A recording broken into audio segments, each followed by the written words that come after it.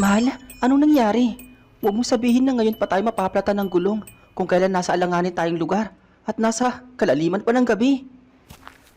Hindi ko rin alam mahal kung bakit bigla na lang tayo naplatan ngayong kakapalit ko lang ng gulong. Ngayon pa nangyari ito kung saan nasa masukal tayong daan na halos puno lahat ng nakapaligid sa buong lugar. Ay, sinong tutulong sa atin neto sa ganitong klaseng oras ng gabi? Sana pala hindi na lang tayo huminto. Mukha na pasama pa yata ang pag-ihi ko, kaya tayo nasiraan. Hindi naman maaaring hindi tayo tumigil kung naiihi ka. Baka magkasakit ka pa.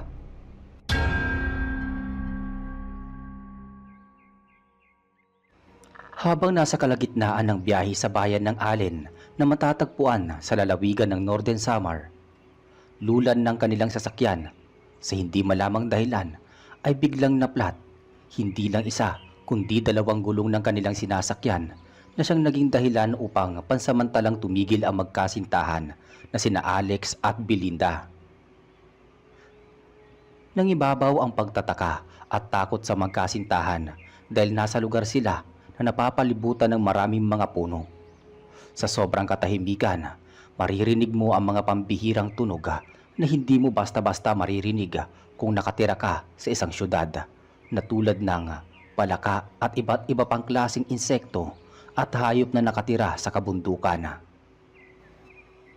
Walang nagawa si Alex kundi hawakan ng flashlight upang maging ilaw sa kanyang paglabas ng sasakyan upang makita kung ano ang naging dahilan kung bakit lumambot ang bagong palit na gulong. Tig-3 pirasong pako ang nakabaon sa naplatan ng mga gulong. Mabilis na kinuha ni Alex ang reserbang gulong upang palitan ang nabutas. Ngunit sa sobrang kamalasan ay malambot din ang nasabing pamalit na siyang naging dahilan kung bakit uminit ang ulo ni Alex. Imbis na isang gulong na lang ang iisipin ay 2 gulong pa ang kailangan nilang palitan. Napatingin at napailing-iling na lamang si Alex sa kanyang kasintahang si Belinda dahil sa kamalasang inabot sa kasagsagan ng biyahe. Ay, napakamalas naman Ay, nako. Kung kailan nagmamadali tayo makarating sa bahay, doon pa tayo magkakaroon ng ganitong klaseng abirya. Nako, baka kung ano nang isipin ni Ama. Mahal, wala na tayong magagawa kundi maghintay ng muling paglabas ng araw upang makahingi tayo ng tulong sa mga nakatira dito. Hindi naman maaari na ngayon pa tayo maghanap dahil hindi nga natin alam kung may malapit na bahay ba dito sa lugar na to. Lumipas ang ilang minuto ay nananatiling nakatayo sa labas ng sasakyan si Alex habang nakaupo naman sa loob ng sasakyan si Belinda.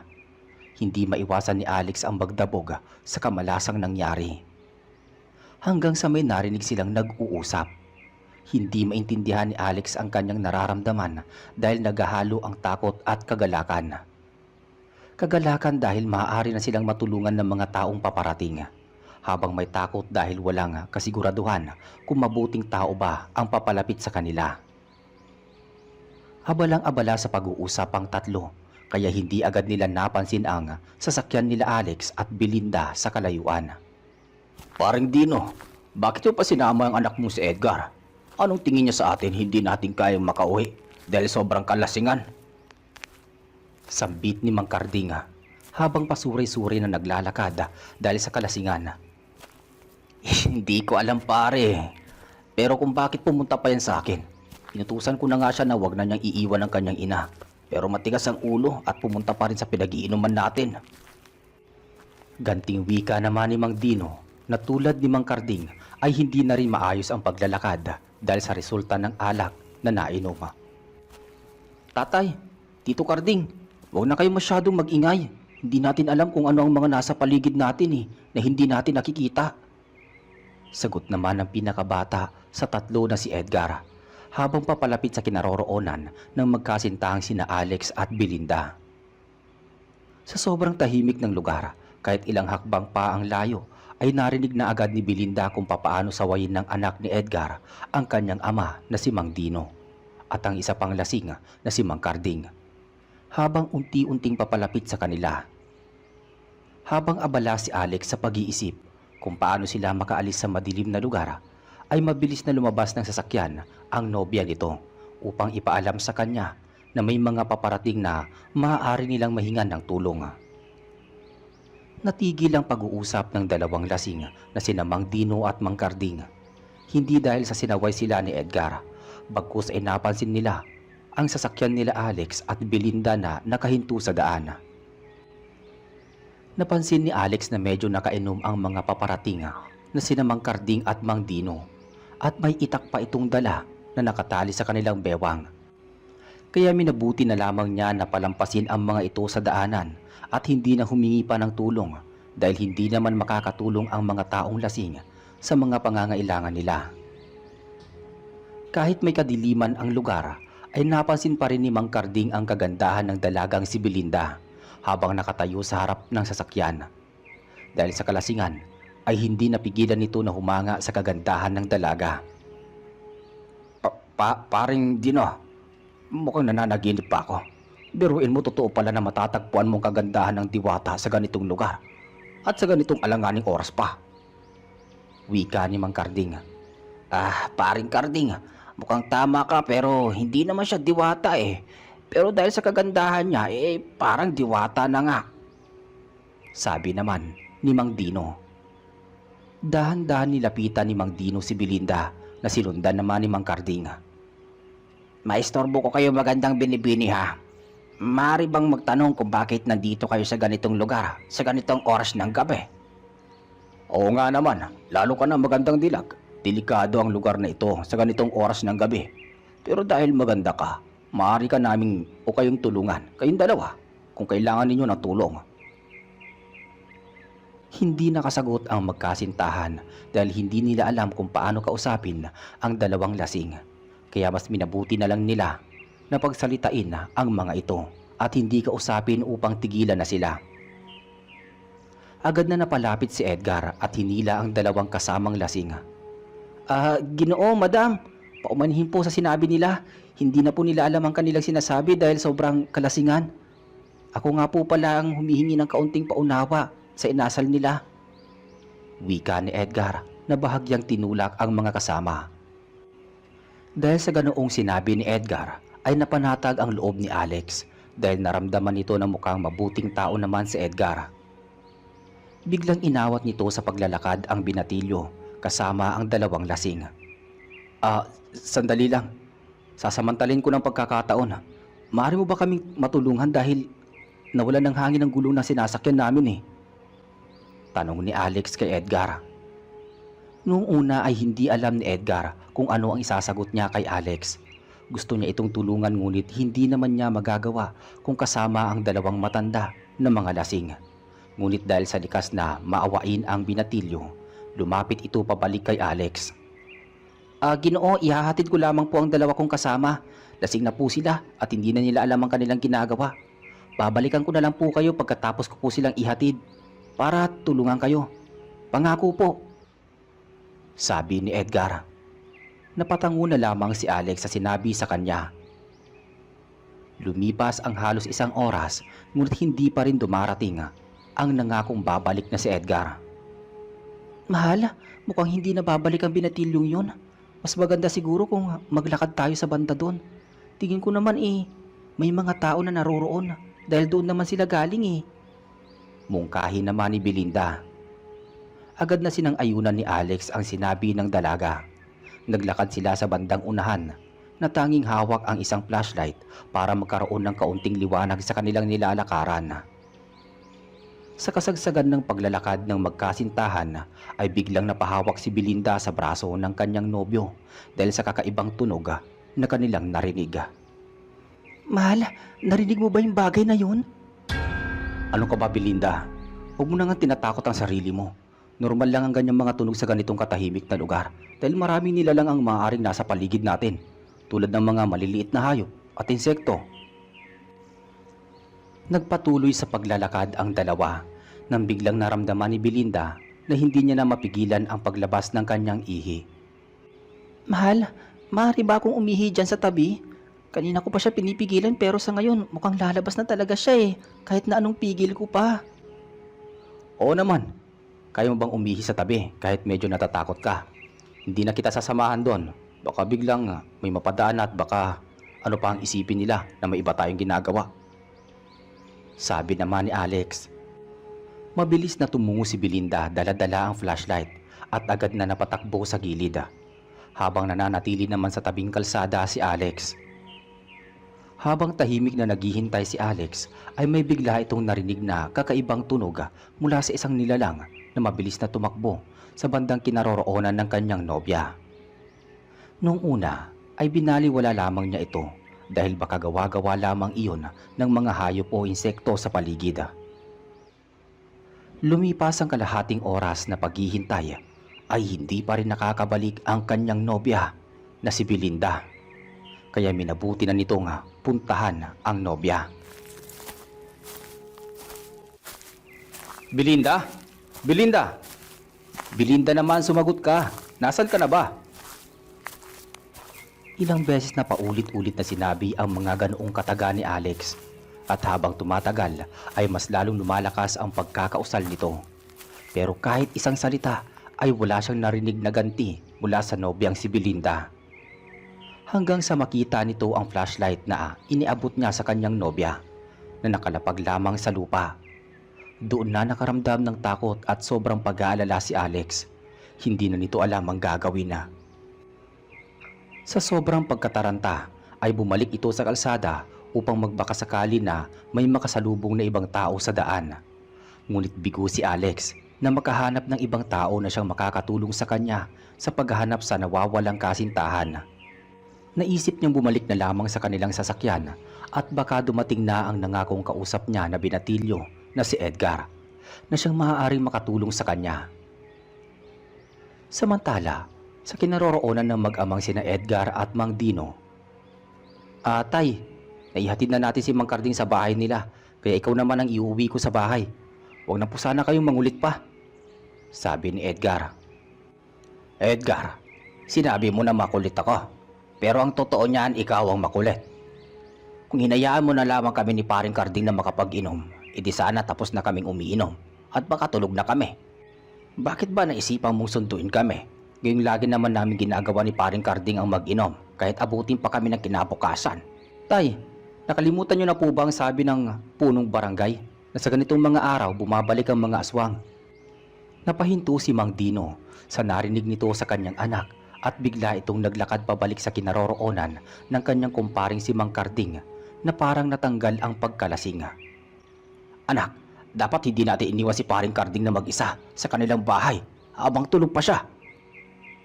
Nakita ni Edgar ang pag-aalala at takot sa mukha ng kanyang ama at imbis na pigilan ay sinamahan na lamang niya ito na bumalik sa bahay ng kanyang kumpare na si Mang Carding.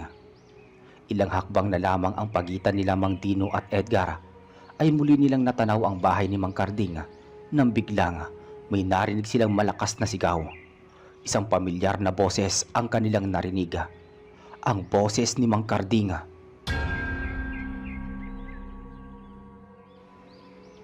Bahagyang natigilan ang mag-amang sina Mang Dino at Edgar sa kanilang mabilis na paglalakad at nakaramdam ng sobrang pag-aalala para kay Mang Carding. Mukhang nangyari na ang kinatatakutan ko sabi ni Mang Dino. At nang makarating ang mag-ama sa kinaroroonan ni Mang Carding ay tumambad sa kanila ang karumal-dumal na wala ng buhay at duguan mula sa wakwak na tiyan ni Mang Carding. Diyos ko po, sinasabi ko na nga ba? Ang tanging maikiling na usal ni Mang Dino sa sobrang kabiglaan sa kanyang nakita na siyang naging dahilan din ng pagtanggal ng kanyang kalasingan. Habang natulala lamang si Edgar sa kanyang nakita at tanging naisip na lamang niya na baka isunod ay ang mga nakita nila sa daan na sina Alex at Belinda. Tay, kailangan natin mapuntahan yung magkasintahan na nakita natin sa kalsada. Baka isunod sila ng aswang. Hindi na nagsalita si Mang Dino at mabilis na nagtungo sa kinaroroonan ng magkasintahan na sina Alex at Belinda na kasama si Edgar. Samantala halos isang oras ang lumipas. Habang papalapit si Alex ay may napansin ito na parang may gumagalaw sa loob ng kanyang sasakyan. Pansamantala itong natigilan at tumingin sa paligid. Naghanap ng mga bagay na maaaring gamitin na maaaring ipanghampas man lang at isang makapal na sanga ang nadampot niya at dahan-dahan na naglakas loob na lumapit sa kanilang sasakyan. At nang makalapit ito ay napansin niya ang isang babae na nanginginig sa loob ng sasakyan. Walang iba kundi ang kanyang nobya na si Belinda. Sa sobrang kasiyahan ay binitawan ni Alex ang hawak na sanga at agad na pumasok sa loob ng sasakyan. Mabilis na niyakap ang nobya upang pakalmahin ito sa panginginig. Mabuti naman at ligtas ka. Ano bang nangyari sa'yo? Bakit hindi mo ako binalikan at naiwang pa tong flashlight? Kung alam mo lang, hindi ko alam kung anong gagawin ko nang hindi ka sumasagot sa mga tawag ko.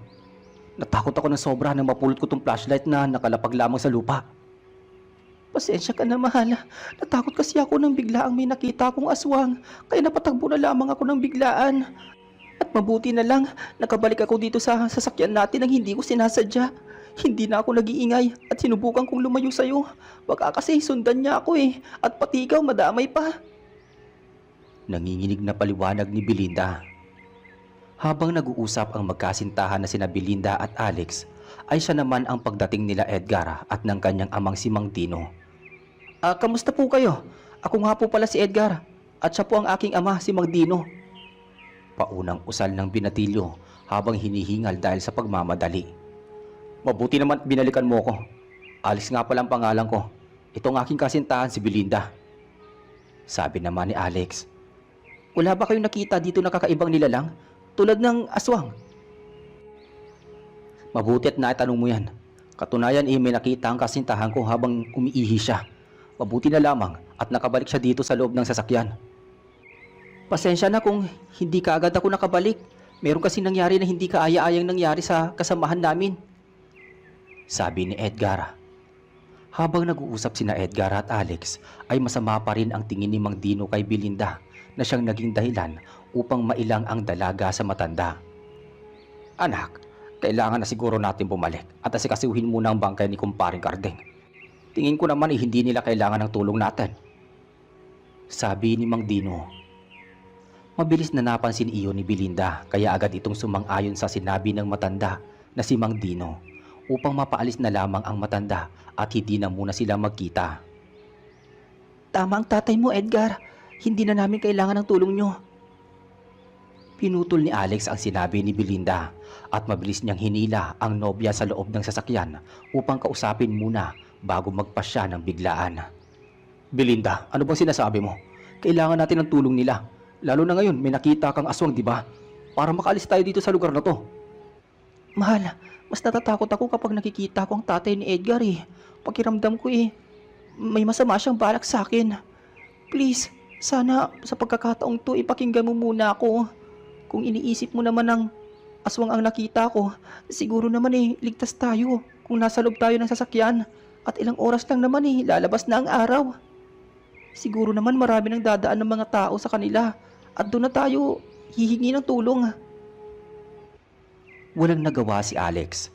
Kahit hindi siya sang-ayon sa sinabi ni Belinda, ay sinang-ayunan na rin niya ang pakiusap ng kanyang nobya. Tulad ng sinabi ni Belinda, ay nananatili sila sa loob ng sasakyan habang umalis ang mag-ama na sina Edgar at Mang Dino. Ilang oras ang lumipas ay lumabas na ang araw. Mabilis na kumilos ang mag-ama at agad nilang inilibing si Mang Karding sa bakanteng lote sa mismong bandang likod ng sariling bahay ng namatay na si Mang Karding. Abalang naguhukay si Edgar sa paglilibingan ni Mang Karding habang tulala naman at malalim ang iniisip ng ama nito. Akala noong una ng binatilyo na nalulungkot lang ang kanyang ama. Kaya tahimik at malalim ang iniisip. Kaya naman hindi na nakatiis pa ang binatilyo na magtanong. Tay, mukhang malalim ang iniisip mo yata. Iniisip ko lang anak, ang magkasintahan na nakausap natin kaninang madaling araw. Tay, akala ko naman nalulungkot ka sa sinapit ni Tiyo Karding, kaya ka tahimik. Hanggang ngayon ba naman hindi mo pa rin makalimutan ang babaeng binastos nyo kagabi? Inintindi ko na nga lang kayo ni Tiyo Karding dahil mga lasing kayo. Pero ngayon na nakaidlip na tayo, siguro naman inasa mabuting katinoan na po kayo. Mali ang iniisip mo anak. Inaamin ko na may angking ganda ang babaeng yon. Pero may nararamdaman akong hindi maganda para sa kanya. Tay, hindi kita maintindihan sa mga sinasabi mo Bakit kasi hindi mo na lang ako diretsuhin na gusto mong sabihin? Kailangan siguro na bilisan na lang natin ang paglilibing kay Tio Carding para makapagpahinga na rin po tayo. Hindi sapat ang idlip natin kanina, kaya kung ano-ano na lang ang iniisip ninyo. Hindi na sumagot pa si Mang Dino sa anak dahil alam din naman niyang hindi sasang-ayon ng anak kahit na magpaliwanag pa siya. Ilang oras ang lumipas matapos na mailibing ng mag-ama ang bangkay ni Mang Carding ay tumuloy na ang mag-ama sa kanilang bahay upang magpahinga. Mabilis na nakatulog si Mang Dino dahil sa sobrang pagod at epekto ng alak na nainom niya. Habang pasimpleng tumakas si Edgar at pumunta sa kinaroroonan ng magkasintahan. Samantala, maghapong naghintay sina Alex at Belinda sa mga daraan pero kahit ilang oras na ang lumipas matapos na lumiwanag ay kahit isa ay wala pa rin nakatulong sa kanila.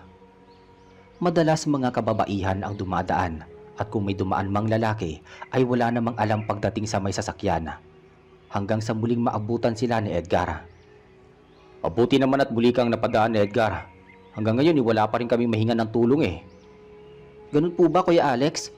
Maganda po siguro buhati na natin ang mga gulong. Kaya lang may kalayuan po ang paggawaan eh. Hindi natin masisiguro kung anong oras tayo makakabalik. Yun lang po ang tingin kong maaari nating gawin. Dahil kung maghihintay lang po tayo dito, siguradong aabuti na naman kayo ng umaga sa lugar na to. 2 gulong ang kailangang ipaayos sa bigat nito. Kailangan 2 tao rin na magbubuhat. Mahal, tingin ko maganda ang sinabi ni Edgar. Kailangan na ninyong dalhin ang mga gulong sa sinasabi niyang pagawaan. At ako na lang ang may iwan dito para magbantay. Huwag kang mag-alala sa akin, mahal. Dahil kapag nasa loob naman ako ng sasakyan, ligtas naman ako. Masyado na lang tayo magtatagal dito sa lugar na to pag hindi pa natin ginawa ang bagay na yan. Dahil pumayag si Belinda sa sinabi ni Edgar, ay agad na nagpasya si Alex na gawin ang mungkahi ng binatilyo. Mabilis na lumipas ang oras at muling nagtago ang araw. Dahil sa sobrang kalayuan ng pinuntahan nila Alex at Edgar, ay hindi pa rin sila nakakabalik muli at inabutan ng sila ng dilima. Ilang minuto na lamang ay makakabalik na sila Alex at Edgar sa kinalalagyan ng sasakyan. Ngunit napansin ni Edgar na parang tumahimik at tila naiiyak si Alex. Kuya Alex, may problema po ba? Umiiyak po ba kayo? Pansamantalang huminto sa paglalakad at ibinaba ang buhat na gulong nitong si Alex. Sabay humarap at tumingin sa kamay ni Edgar. Sa hindi mapaliwanag na ikinikilos ni Alex ay lalong naguluhan si Edgar. Edgar, sana mapatawad mo ko. Naguguluhan ako. Anong ibig mo sabihin, Kuya Alex? Bakit po kayo humihingi ng paumanhin sa akin? Wala naman po kayong ginawang masama sa akin May kasalanan akong nagawa dahil hindi ko sinabi sa'yo kung sino ang pumatay sa kasamahan mo. Totoo ang sinasabi ninyo na pinatay siya ng aswang, pero hindi ko nasabi sa inyo na ang aswang na pumatay ay ang mismong kasintahan ko na si Belinda. Ano? Nag-aalala pa naman ako sa inyo na baka kayo ang isunod ng aswang. Wala kaming kaalam-alam na ang gusto naming iligtas mismong aswang pala. Kaya pala, sinabi ni Ama na hindi ninyo kailangan ng tulong dahil nalaman niya kung sino ang totoong aswang. Alam po ninyong aswang ang kasamahan ninyo. Hindi ka ba natatakot sa kanya? Sunod-sunod na tanong ni Edgar. Dahil sa sobrang pagmamahal ko sa kanya, hindi ko man lang magawa na aminin sa kanya na alam ko na aswang siya. Nung una kong nalaman, inamin ko na natakot ako. Pero habang tumatagal, nagiging normal na lang sa akin ang lahat at tinanggap ko ang kanyang tunay na pagkatao. Hanggang sa nakasanayan ko na lang. Hindi mo ba ako tatanungin kung bakit hindi ako natatakot sa'yo? Teka, bakit naman po kayo matatakot sa akin? Huwag ka nang maglihim sa akin. Kagaya ng kasintahan ko si Belinda, alam kong isa ka ring aswang. Tama ka. Isa nga akong aswang. Paano mo nalaman? Sa totoo lang, hindi ko na matandaan kung kailan ko ginamit ang pagiging aswang ko Dahil gusto kong ilihim ito sa aking mga magulang na nag-ampun sa akin. Lalo na kay Tatay Dino. Dahil alam ko kung paano niya isusumpa ang mga katulad ko. Napansin ko na parehas kayo ng kuko ninyo ni Belinda. Na isang palatandaan na kapag ganyan ang klase ng kuko, lumalaki at nagiging parang isang patalim na siyang ginagamit ninyo para wakwakin ang tiyan ng biktima. Alam po, Edgar, na mabait kang nilalang. Hindi ako natatakot sa'yo. Sabi ni Alex. Ano pang alam mo sa mga aswang na katulad ko? Tanong ng binatilyo. Taon-taon, niyayaya ko si Belinda upang pupunta sa iba't ibang lugar at sasadyain ko na magpatigil sa isang ganitong klaseng lugar tulad ng ginawa ko ngayon na maplatan para magkaroon ng dahilan na hindi mahalata ni Belinda na tinutulungan ko siyang makapambiktima nang hindi niya napapansin dahil natatakot ako na baka dumating ang araw hindi niya na mapigilan ng maging normal na tao at ako ang kanyang patayin. Kaya kahit na sa isang taon sinasadya ko na makapambiktima siya. Sabi ni Alex. Hindi mo ba alam ng isang katulad mo na nagbabiyahe sa iba't ibang lugar para pumatay ng tao, parang dinaig mo pa ang totoong aswang. Tinutulak mo ang isang katulad ko na mambiktima kahit hindi namin kagustuhan. Katulad ni Ate Belinda, alam kong hindi niya gusto pero dahil dinala mo siya sa lugar na ito, hindi masyado matao at tinataon mo pa sa kabilugan ng buwan, mas lalo siyang mahihirapan na mapigilan ang paglabas ng kanyang pagiging aswang. Kaya ngayon, ano nangyari? Pinatay niya si Tio Carding. Galit na wika ni Edgar. Dahil sa galit na naramdaman ni Edgar ay hindi na nito napigilan na magbago ng anyo para maging aswang. Tumirik ang mata nito at nagbago ang kulay. Ang dating kulay puti ay naging pula. Habang mas lalong lumalaki ang mga tenga at ilong na katulad ng isang asong lobo na sinabayan pa ng paglabas ng mga balahibo sa buong katawan. At ang huli, ang paghaba ng mga kuko na parang maliliit na balisong na nakakabit sa bawat dulo ng mga daliri. Hindi kita pipigilan sa pagpatay sa akin. Maliban sa hindi ko kayang lakas at bilis mo, gusto ko na rin pagbayaran ng mga nagawa kong kasalanan.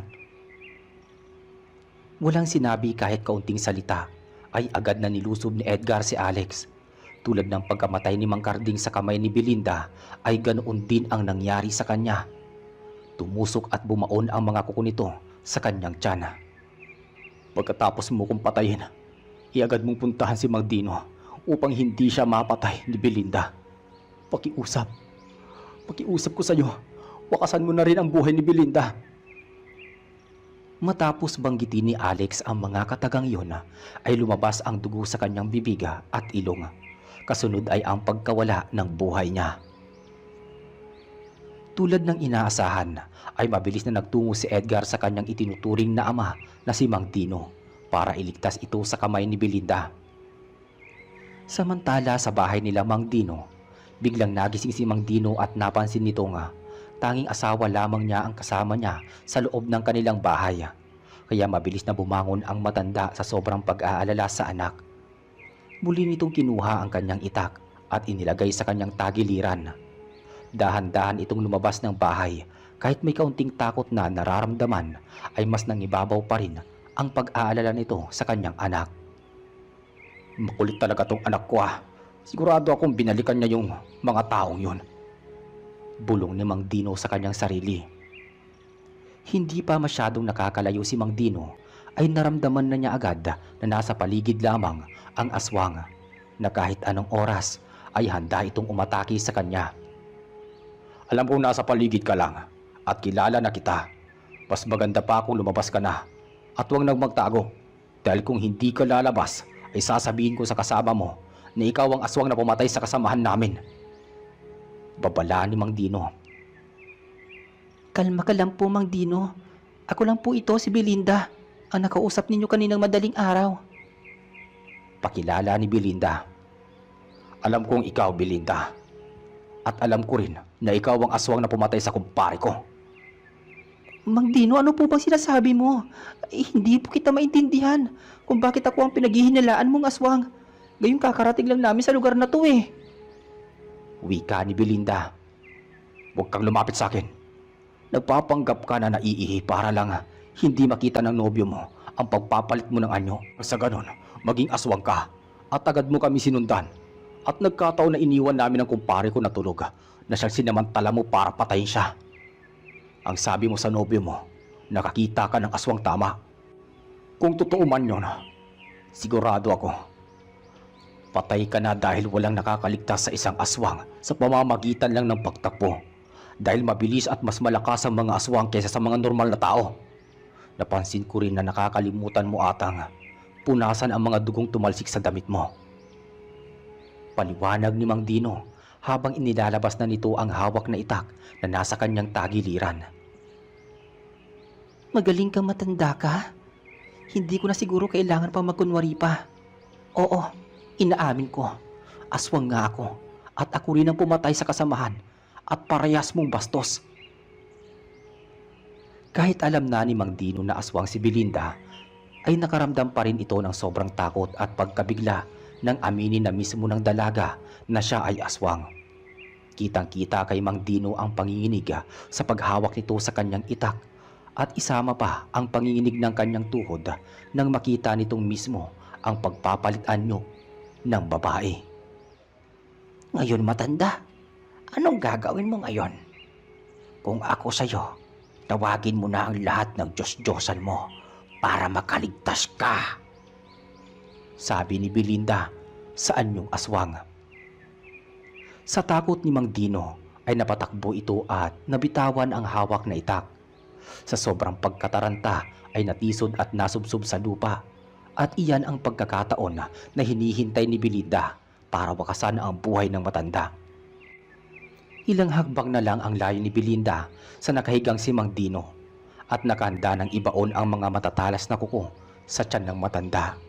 Nang biglang mapigilan ito ng kakarating lang na si Edgar nang iharang mismo nito ang kanyang katawan para isalba ang kinikilala niyang ama. Kasunod nito bago mawalan ng lakas at buhay si Edgar ay mabilis din niyang naibaon ang kanyang kuko sa tiyan ni Belinda na siyang naging daan upang sabay na mawalan ng buhay ang dalawang aswang. Hindi nakatakas ang tagpong iyon sa mga mata ni Mang Dino. Hindi niya alam na ang kinikilala niyang anak na si Edgar ay isa rin pala sa mga aswang na kanyang isinusumpa at sa mapaglarong tadhana ay isang aswang din pala ang magliligtas ng kanyang buhay sa kamay din ng isa pang aswang. At dito po natatapos ang ating kwento. Maraming salamat po sa inyong pakikinig. Hanggang sa muli.